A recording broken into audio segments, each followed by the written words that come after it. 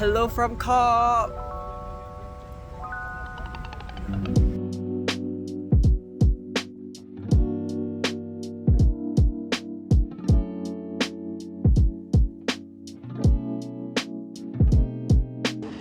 Morning, guys. It's a nice day to be out. So it is day 3 today, and we are on our way to the COP venue, the Blue Zone. This is our second time doing it. It's about a 10-15 minute walk from where we are staying, so it's not too bad. We're currently on our way to the bus stop to take the shuttle bus over to the Blue Zone. It's quite nice, so there's like 5 different shuttle bus routes that operate at different frequencies. From the Blue Zone, because the Blue Zone is out of the city, it's about 40 minutes out, to the rest are Cali. So that means, like, you know, regardless of where you stay, there's probably a shuttle bus like within walking distance of your place. Yeah, our shuttle bus is not bad. It's the last stop before the Blue Zone, so quite fast for us. About 20 minutes to half an hour depending on the traffic. So it's currently day 3 and we're still figuring out, like, okay, what's the best time to leave home so that we don't get caught in traffic. But at the same time, you know, we're not too late or too early to enter. The Blue Zone is 24 hours, but of course, you know, we don't want to show up there at like 6 AM and no one is around. Yeah, hopefully we make good time today. We left a bit earlier than yesterday. Today we left about half an hour earlier, so maybe that will help us get around the jam. But yeah, we'll show you guys more of the bus stop and the bus later. Is it? It's raining very heavily. We are all like soaking wet. And we had to hide our passes because the passes are paper. So where's yours? It's stuck under her armpit.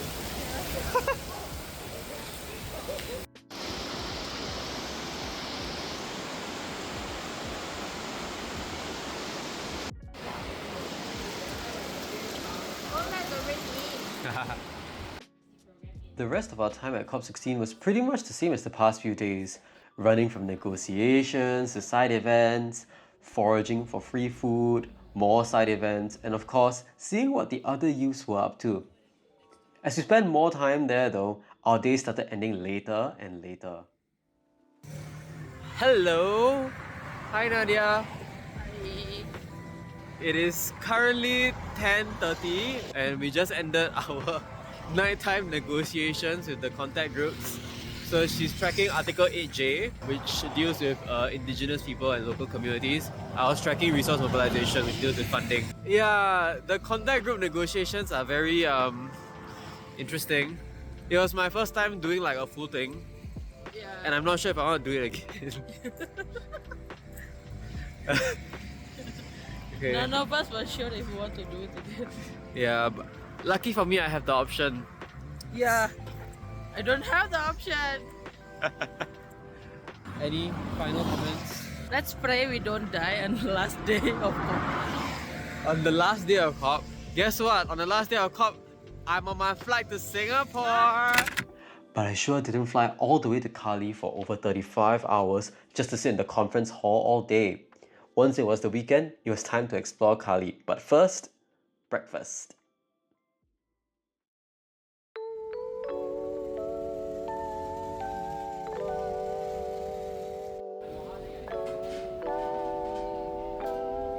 So I was talking to one of the locals in Cali, and apparently you can get the world's best bread. So it's called Pandebono, and this is the palace of Pandebono. And literally this is the street that's right down from my place. My place is like right there. Now, I'm very excited to try it. This is what it looks like, doggy. This looks like a donut. So, oh, it's very soft, it's fresh. It's made from cassava, or as we better know it in Singapore, tapioca.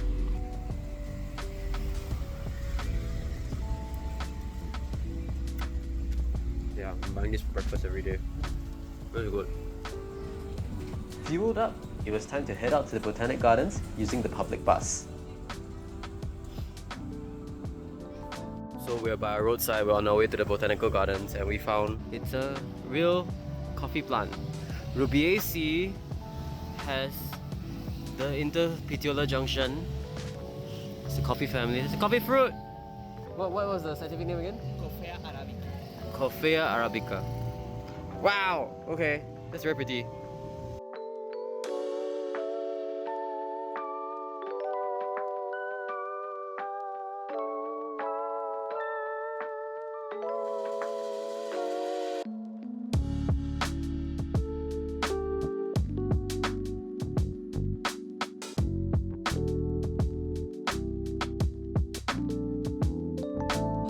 So soft.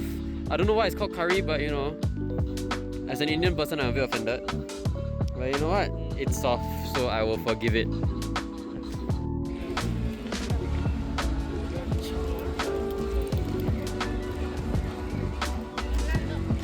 We are in the botanical gardens in Cali, and it's really quite a nice place. So this is the lookout tower right in the middle. The view.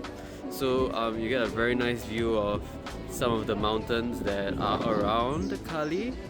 You get a pretty nice look at like the native forest here, and take a look at some of the species that are around. Naturally, they're quite different from the ones that you'd find in Singapore, but you'd see a lot of equivalent or like, you know, species that are similar in terms of how they look.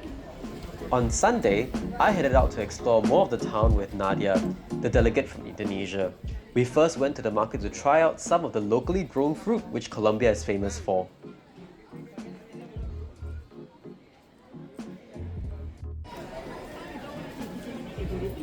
How's the passion fruit? Sour. I don't know why it's so sour. Okay, But it doesn't look like sour though. It's like very like fragrant. okay. Let me give it a smell. Yeah, you're right. There's a very strong smell. But it's supposed to like smell so sweet. He's being very nice and like letting us try things.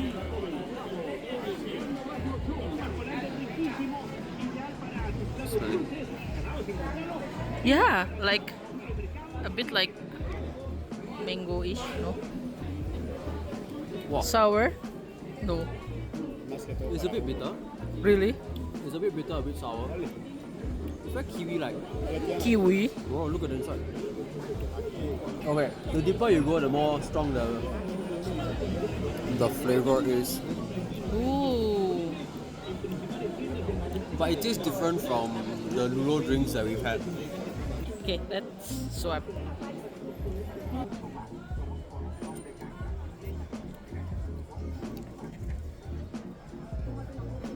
Sour, right?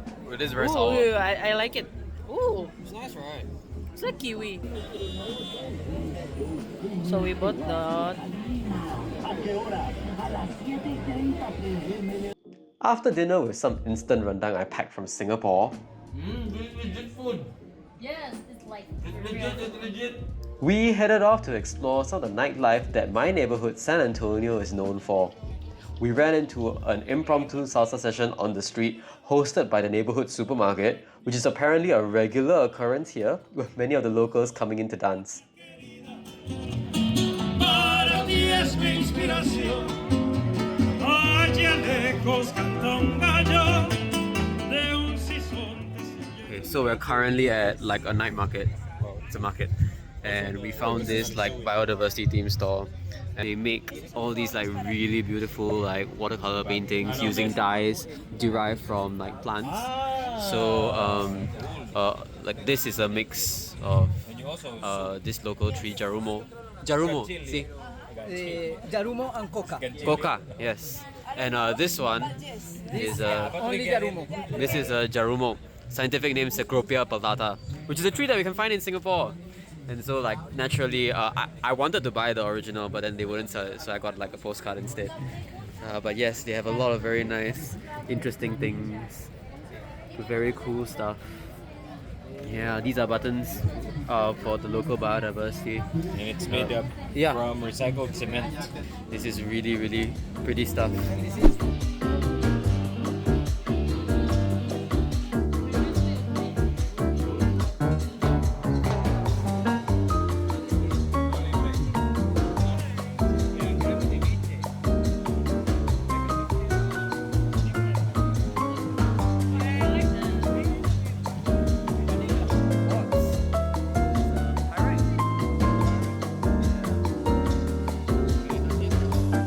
It's like green obsidian. There's green and then there's the... It's obsidian? Yeah, there's yellow. Yeah. Yeah. Really rare. Beautiful. Where did this come from? This is from here, Colombia. Wow. It's from Nevado del Tolima. There's one more place in Cali which I really loved, and it's so special. It's just a short walk away from my place. It's called Loma de la Cruz, or Hill of the Cross. And it reminds me a lot of the real mall that we have here in Singapore. It's a nice community space in a quiet little corner that a local friend actually showed me, and it has a lot of these nice murals featuring local biodiversity on the seats. At night, I came here quite a lot just to enjoy the vibes and reflect on the busy days I had after all the COP negotiations had ended.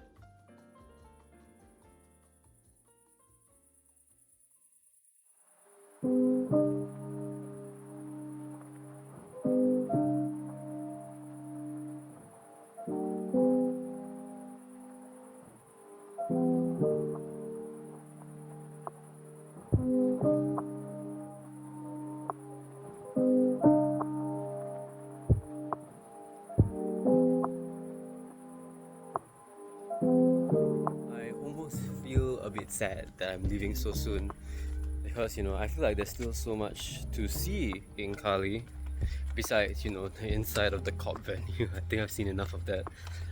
Unfortunately, I still have to go back tomorrow. But yeah, hello. The culture of biodiversity is so strongly tied to their identity.